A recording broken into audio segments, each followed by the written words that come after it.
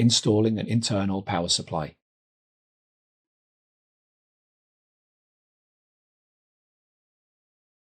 Make sure the signal cable between the front operator panel and rear operator panel is placed outside the chassis. Install the internal power supply unit. Connect the PMB LED cable to the internal power supply unit. Connect the power cable from the PIB module to the internal power supply unit. Align the internal power supply unit with the bus bars on the system board, and then lower the internal power supply unit down until it is firmly seated. Important. Make sure that the bus bars are seated in the holes of the internal power supply unit as shown. Notes.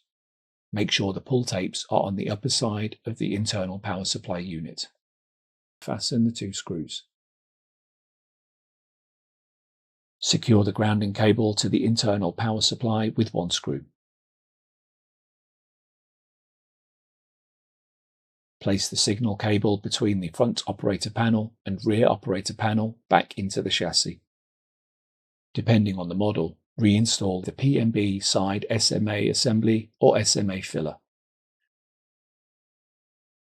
Reinstall the processor air baffle.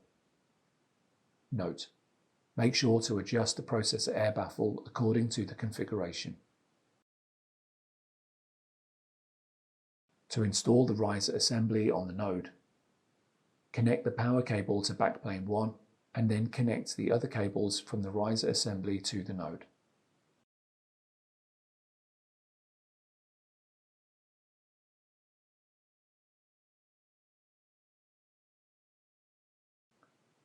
Align the front of the riser assembly with the edge of the chassis and then lower the riser assembly into the node.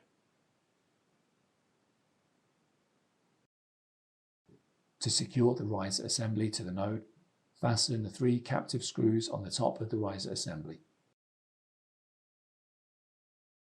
Fasten the 3 screws at the sides of the node.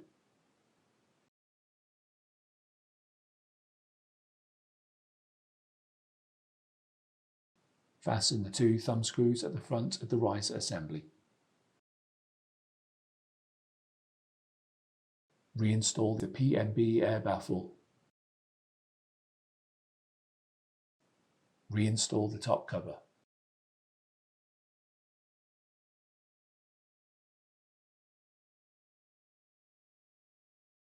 Use the key to lock the node covers.